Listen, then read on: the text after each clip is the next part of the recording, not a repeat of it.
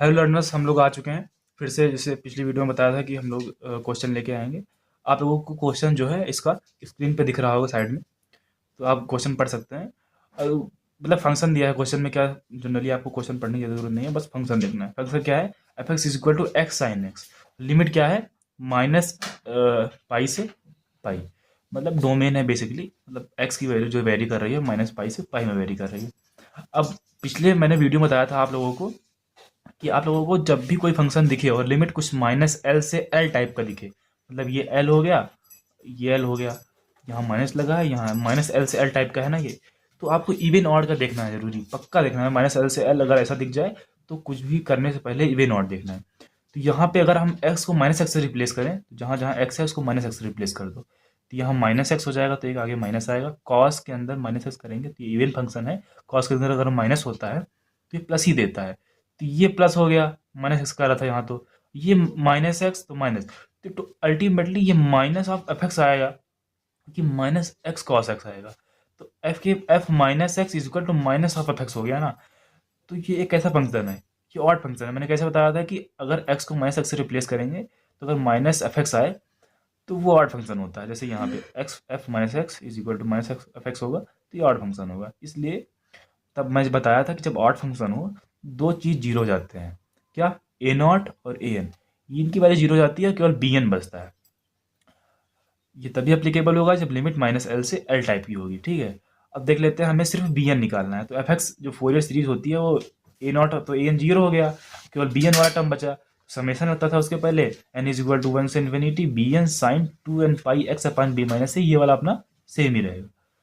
अब देखो b की वैल्यू, यहाँ पे मैंने अपर लिमिट क्या बताई थी, जब से अपर लिमिट होगा b होगा और लोअर लिमिट a होगा, तो b की वैल्यू क्या होगी? पाई, पाई लिखा। a की वैल्यू कितना होगी? माइनस पाई, तो यहाँ माइनस पहले से है, तो माइनस माइनस प्लस हो जाएगा, pi plus pi by two, तो यहाँ पे पाई आ गया, ठीक है। तो अब बी एन निकालते हैं, हमें सिर्फ बी एन निकालना है।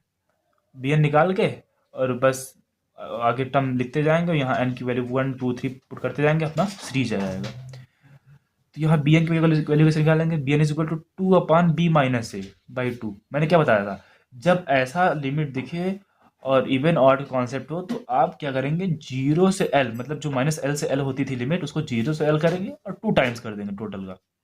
मैंने टू एक्स्ट्रा कर दिया, और ये जो one upon B minus A by two होता था वो लिखा है। और एफ एक्स जो है, F X X cos X वो लिखेंगे, और sine two N pi X upon B minus A D X, ये बी एन के उसमें होता था। ए नॉट में ये नहीं होता था, बी एन ए एन में होता था कि यहाँ कॉस होता था, और साइन बी एन वाले में होता है। और लिमिट का वही कैसे होनी चाहिए? माइनस एल से एल टाइप की, तभी ये अप्लीकेबल है। तो बी एन की वैल्यू टू अपान, इसकी वैल्यू क्या निकाला हमने? पाई, तो यहाँ पाई पुट करा। अब देखो जीरो से एल की जगह क्या पे है? पाई है, पाई पुट करा। एक्स कॉस एफ एक्स जगह क्या है? एक्स कॉस एक्स, जो कि कैसा फंक्शन है? ऑड फंक्शन है। एक्स कॉस एक्स लिखा, sign two N pi x, B minus ए की जगह क्या है? देखो बी माइनस ए इधर जाएगा तो टू पाई हो जाएगा, तो बी माइनस ए की जगह क्या रखा हमने? टू पाई। यहाँ पे देखो टू पाई से टू पाई कैंसिल हो गया, एन पाई बचा, एक्स डी एक्स। तो वहाँ बी एन अपान, यहाँ देखो ये जो टू था ना, इसको अंदर ले गए, तो एक्स बाहर है, टू अंदर, कॉस एक्स और sine N X, sine X D X. और देखो ट्रिग्नोमेट्री फार्मूला पढ़ा होगा, two sine A into cos B. Two sine A into cos B का फार्मूला क्या होता है? Sine A plus B plus sine A minus B. हमने basically integration को इजी करने के लिए, नहीं तो यूवी रूल नहीं लगाना पड़ता, तो मैंने ये कर लिया, फार्मूला लगा लिया, तो इंटीग्रेशन आसान हो जाएगा। तो साइन ए प्लस बी एक जगह क्या है? साइन, मैंने एन एक्स माना एक ही जगह, क्योंकि साइन वाला फार्मूला लगाया ना, two sine A into cos B वाला। तो साइन ए की जगह क्या है? एन एक्स, बी की जगह क्या है? एक्स सिर्फ। देखो साइन ए प्लस बी करेंगे ना, तो एन एक्स प्लस एक्स करेंगे, तो उसमें से एक्स कॉमन कर लेंगे तो एन प्लस वन बचेगा, ठीक है। Plus sine A minus B करेंगे, एन माइनस वन होगा, एक्स कॉमन कर लेंगे तो एक्स होगा डी एक्स, और यहाँ वाला एक्स है ही है आगे। अब क्या करेंगे? यूवी रूल, ये यू हो गया, ये वी रूल हो गया। आपने इंटीग्रेशन में यूवी रूल पढ़ा होगा ना, तो वन अपन पाई है ये, यहाँ पे एक्स है, ये यू हो गया, ये वी हो गया, यूवी रूल लगाते हैं तो क्या होता है? फर्स्ट, मतलब जो भी फर्स्ट होता है सेकंड होता है। आइलेट आई कैसे मानते हैं ये कौन फर्स्ट होगा कौन सेकंड होगा? आइलेट से इंटीग्रेशन, मतलब कि आइलेट का आप रूल जानते होंगे ना, कि आइलेट कैसे अप्लीकेबल होता है। तो उस तरह आप देख लेंगे कि तो इसमें आई का ये हो जाएगा फर्स्ट, ये हो जाएगा सेकंड, क्योंकि आगे इसका डिफ्रेंसिएशन करेंगे तो इवन हो जाएगा, तो हमारा कैलकुलेट जो इंटीग्रेशन होगा वो आसान हो जाएगा। तो 1/पाई, ठीक है। फर्स्ट इंटीग्रेशन ऑफ सेकेंड, अब इस चीज का इंटीग्रेशन करोगे ना, क्या आएगा, साइन का इंटीग्रेशन माइनस कॉस होता है, माइनस कॉस n+1 जो ये एक्स का मल्टीप्लीकेशन में होता है वो डिवाइड में आ जाता है, तो n+1, और यहाँ पे साइन तो यहाँ माइनस हो जाएगा, कॉस n-1 जो मल्टीप्लीकेशन में वो डिवाइड में आ जाएगा, और लिमिट ले जाती है 0 से 1। मैंने पूरी लिमिट लगाने के बाद बावजूद अलग अलग लिमिट दे दी है, ठीक है। तो मैंने 0 से पाई लिमिट यहाँ दे दी, और 1/पाई मल्टीप्लीकेशन में था तो 1/पाई यहाँ पे। अब ये जब माइनस का आता है, माइनस इंटीग्रेशन ऑफ जो भी 0 से पाई है, differentiation of d/dx of first function, then integration of second, फिर टोटल का इंटीग्रेशन, तो 1/पाई अंदर मल्टीप्लीकेशन होगा तो 1/पाई आएगा। अब यहाँ पे माइनस होता था, आप सोचते रहेंगे प्लस कैसे है, तो वो बताता हूँ कैसे प्लस है। अब इंटीग्रेशन सेकंड फंक्शन का होगा, डिफरेंशिएशन फर्स्ट फंक्शन का हुआ तो एक्स का तो 1 हो गया यहाँ पे, ठीक है। अब इंटीग्रेशन सेकंड फंक्शन का हुआ इस वाले फंक्शन का, तो उसका इंटीग्रेशन सेम ऐसे होगा। अब यहाँ पे देखिए ये माइनस था, तो यहाँ से माइनस माइनस करके हमने बाहर कर लिया, प्लस हो गया जो यहाँ बाहर माइनस में था, तो ये इंटीग्रेशन सेम चीज dx। तो बी एन की वैल्यू आगे क्या होगी, बी एन इजक्वल टू 1/पाई, और यहाँ वैल्यू पुट करते हैं, एलिमेंट पुट करते हैं, तो यहाँ पहला पाई होगा पुट, और यहाँ देखो एन एक्स की जगह पाई पुट होगा तो कॉस एन प्लस, यहाँ जो माइनस है ना उसको प्लस कैसे हुआ बताता हूँ, कॉस एन प्लस एक्स अपान n+1, ठीक है। देखो अगर n की वैल्यू 1 पुट करें, n बराबर 1 पे यहाँ cos 2x 2 पाई आएगा, क्योंकि x की जगह पाई पुट करा है मैंने, तो n बराबर 1 पे cos 2 पाई आएगा। cos 2 पाई की वैल्यू कितनी होती है, 1 होती है, ठीक है। cos 2 पाई की वैल्यू कितनी होती है, 1, और अपान n+1, और जब यहाँ पे हम cos n-1 इंटू पाई पुट करेंगे, अपन n-1 पुट करेंगे, n बराबर 1 पे cos माइनस पाई आएगा ना, cos माइनस पाई की वैल्यू कितनी होती है, -1 होती है, समझ में आया। तो यहाँ पे -1 की वैल्यू, मतलब आप एक वो ऑब्जर्व करिए कि n बराबर 1 पे -1 आ रहा है यहाँ पे, और यहाँ पे n बराबर 1 पे +1 आ रहा है। फिर जब ये n बराबर 2 करेंगे तो यहाँ 3 पाई आएगा तो -1 आएगा, यहाँ n बराबर 2 करेंगे तो यहाँ पाई आएगा, पाई पे फिर -1 आएगा। तो ये एक पैटर्न दिख रहा होगा। इस जहाँ पे n-1 पाई वो सब होता है, वहाँ पे जो वैल्यू होती है माइनस, जैसे ये आप एक चीज़ याद रखिए, cos n+1 into pi is equal to cos n-1 into pi, इसकी वैल्यू -1 की पावर n होती है, ठीक है। तो -1 की पावर n होगा, इसके आगे एक और माइनस लगता है, तो यहाँ जो माइनस है ना, इस माइनस से दोनों मिलके प्लस हो जा रहा है, यहाँ भी जो माइनस है इस माइनस से मिलके प्लस हो जा रहा है, इसलिए वो जो माइनस था वो गायब हो गया, और यहाँ पाई तो थी। अब जीरो पुट करेंगे तो यहाँ जीरो है, अब जीरो से मल्टीप्लीकेशन सब कुछ होगा तो सारा जीरो हो जाएगा, तो अंदर पुट करने की जरूरत हमें है ही नहीं, तो ये आपको थोड़ा एडिशनल दिमाग लगाना है।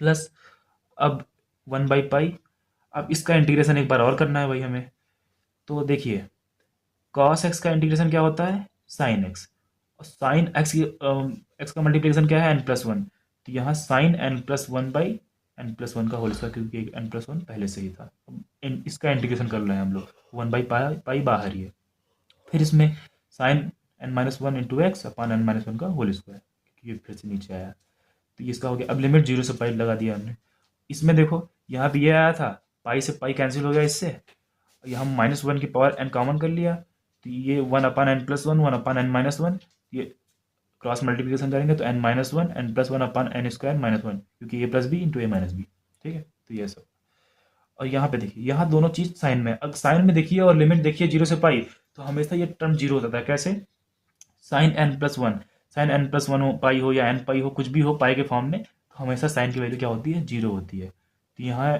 दोनों में भी साइन की वैल्यू 0, चाहे n-1 पाई हो चाहे n+1 पाई हो, तो ये पूरा 0 हो जाएगा जब पाई लिमिट पुट करेंगे।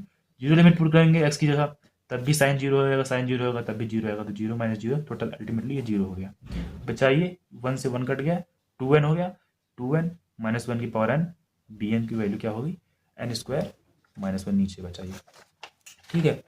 ये तो bn की वैल्यू आ गई। अब हमें निकालना है क्या है, fx, क्योंकि a0 और bn, a0 और an 0 ही है, क्योंकि ये कैसा फंक्शन है, ऑड फंक्शन है। अब हमें fx की वैल्यू निकालनी है, उसको कैसे निकालेंगे देखते हैं। तो fx इसका क्या होगा, इक्वेशन 1 से समेशन ऑफ bn, यहाँ bn की वैल्यू हमने पुट कर दी, जो 2n/1 -1 की पावर n/n² -1 आया था, इंटू साइन। अब देखो यहाँ पर 2n पाई x अपान बी माइनस ए आया था ना, उसको हम लोग कैलकुलेट कर रहे थे, तो साइन एन एक्स आया था D X. N is equal to 1 से पाई, क्योंकि ए नॉट और ए एन जीरो है।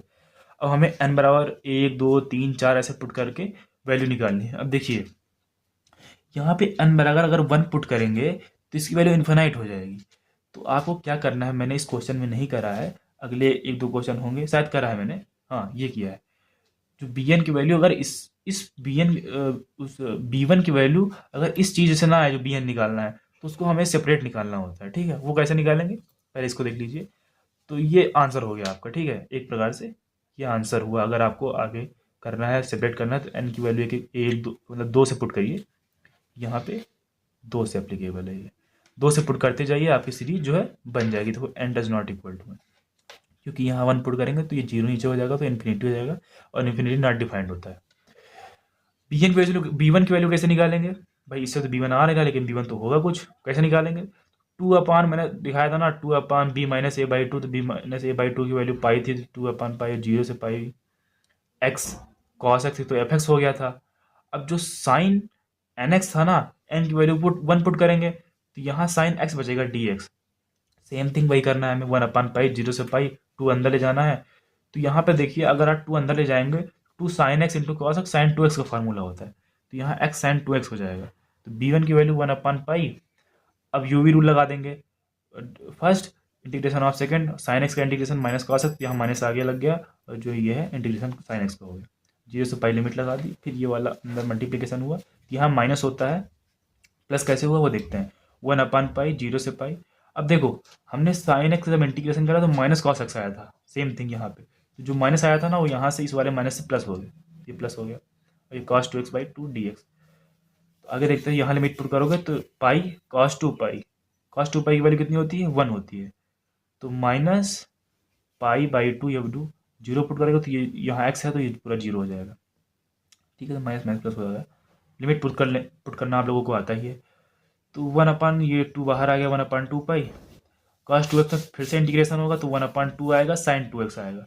अब मैंने बोला है कि साइन का फॉर्म है, 0 से पाई कहीं लिमिट है तो हमेशा वो जीरो ही होता है। पुट करके देख लीजिए आप, sine 2 pi minus sine zero, zero ही होगा, टोटल जीरो हो गया। तो यहाँ पे ये पाई से कट गया, -1/2। बी वन की वैल्यू कितनी आ गई, -1/2। एफ एक्स की वैल्यू कैसे निकालते थे हम, यहाँ 1 से शुरू होता था, ठीक है, लेकिन 1 तो यहाँ अप्लीकेबल है नहीं, इसलिए 2 से शुरू होगा। तो यहाँ पे एफ एक्स की वैल्यू बी वन प्लस कुछ ऐसी होगी। बी वन की वैल्यू हमने क्या निकाला, -1/2। और बी वन यहाँ सॉरी साइन एक्स भी होगा, क्योंकि साइन एन एक्स होता था ना, एन बराबर 1, तो साइन एक्स हो गया।